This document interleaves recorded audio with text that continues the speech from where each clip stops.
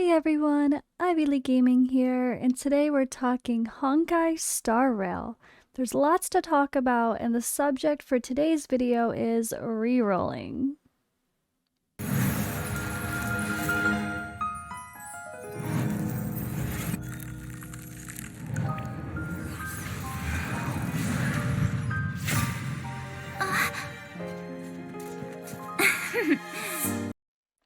Alright guys, so I'm not in playing quite yet. There's still chances for beta though. I'll stay tuned, I'll let you guys know if that happens.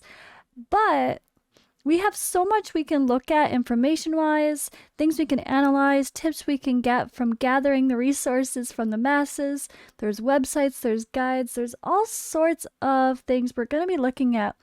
I'm going to hope almost every day make a video on Honkai Star Rail and get this channel rolling focused on this content. This is what I've been waiting for. I'm excited, but we do have some concerns in the community already.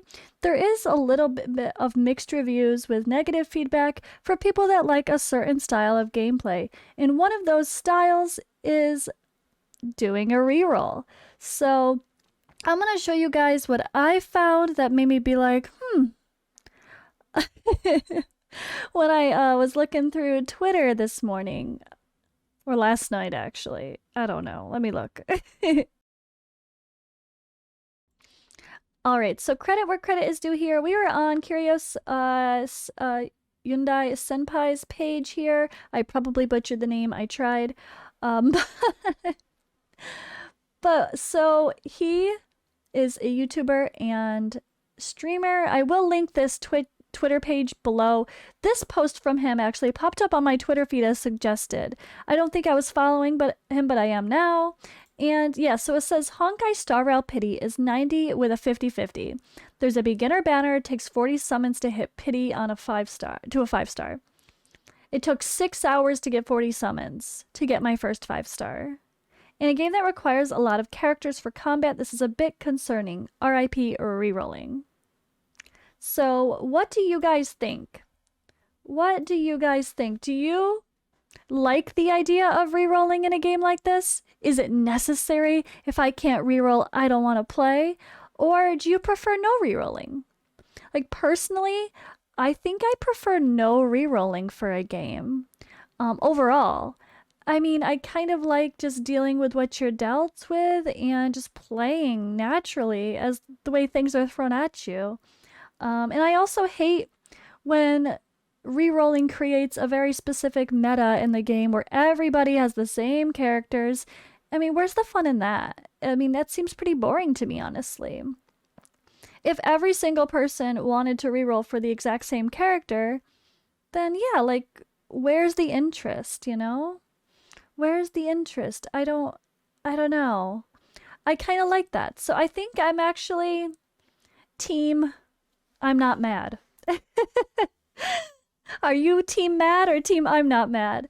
I'm gonna read through a couple other comments I saw because I might as well kind of talk about this post, but I want to know what you guys think. Let me know in the comments below.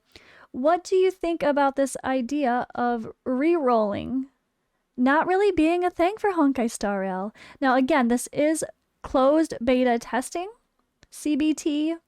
There's always things that could change for this. But people were all set on, oh, I'm gonna reroll until I get one whatever character. But I don't know, like maybe this isn't a bad thing. Yeah, Bronya or Himiko was like all they wanted, right? So does that kill the experience for you or does it enhance it? I really think for me, I like it. I think I like it. But let's go ahead and take a look at some of the comments. The grind is real. It felt like forever before I got the 40 summons, and now I'm not even close to a normal 10 pull on the rate up. Yeah, I'm very concerned over the pull rates in this game like this. It's not like Genshin where 4 characters can last you the entire game. I'm already starting to feel the pressure to make my team more diverse, but I don't have the units to do it. I was lucky to get Bailu, so I have a legit healing, but it would be rough to keep the team alive just on March's shields. What blows my mind is Natasha's the best 4-star healer and she's free, but I'm only 12 hours in and I haven't hit the quest for her. How the fuck do you heal without her or the 5-star healer? I was begging for a healer at about 4-hour mark. I like the strategy element of the game, and it does feel like the game is giving a good turn-based experience, but it's hard not having a roster to rotate units out. I wouldn't have been able to do half the fights without her. AoE attacks are too much. She's mandatory without Bailu. And so, of course, people are like, so should I not play? It's like, well, no, it doesn't mean you should not play. Just, you have to be... This, like, he's gonna obviously talk about the pros and cons, and this type of thing might change people's decision. It might make you like it more, it might make you dislike it more. It depends on your style of gameplay. So this is good. It looks like someone's like, who cares about rerolling? Is 6 hours the average game will require? Is that it? Or speedrun metrics thing? I want to take my time and if I try it. It's like the story. I've been on the story now for 12 hours. Appears to have 100+ hours of gameplay. I want lots of gameplay. I want interesting stuff. I hope it's not too quick. That would be really boring. Although, I mean, I guess there's the reality of you get through the story and then you just have the grind of improving your characters and stuff. All right, imagine after rerolling you get welts. So let's see if there's any other... Yeah, people suggesting that it would be nice if we at least got to choose, at least from a couple options when we get to that point, because it takes so long to get there, to get to that first summon and be really disappointed. It would just be a bummer to start off the account. But to be fair, this game is still very young. I know it's had some beta testing, so people kind of know who's good and who's bad already. But it doesn't mean there's not going to be champion rebalances or changes, I'm sure. Like, who knows? Just because someone's bad now doesn't mean that that is going to stay that way forever, right? There's always subject to changes in these type of games. I'm assuming that this is no different with a gacha, any other gacha, where there could be a champion rebalance situation. But yeah, I don't know. This is also what they said, like the healer. Natasha is effectively the only healer you get in the game. You're 12 hours in and you have neither of her. So, like, talking about needing a ton of Natasha. They do mention her here. Obtain after completing trail-based mission Lying in Rust. So, just kind of hoping to get her from Lying in Rust eventually. But yeah, I'm curious. I'm curious about the balance of things, but that also is the point, right? That's why we're doing betas. They're gonna hopefully listen to feedback. I mean, I would hope. I would hope. But or either way, I mean, if this is a slower grind game, I think I kind of like that for sake of the gameplay style, right? Like, let me pop on over to their YouTube and put one in the background real quick. All right. So, I feel like a game like this, it's very story driven, right? It's open world, it's like single player aspect. You're not interacting with other players. It's not PvP. Or is it interacting with other players? I don't think so.